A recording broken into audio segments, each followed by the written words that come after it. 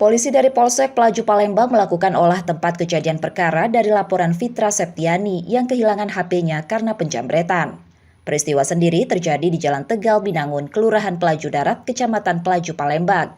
Korban yang bekerja sebagai sales kopi saset menerangkan saat dirinya mengeluarkan handphone kantor untuk memeriksa barang di salah satu warung. Kemudian dua pelaku yang sudah memperhatikan korban mengincar korban merampas handphone tersebut. Korban yang berteriak membuat pelaku kabur.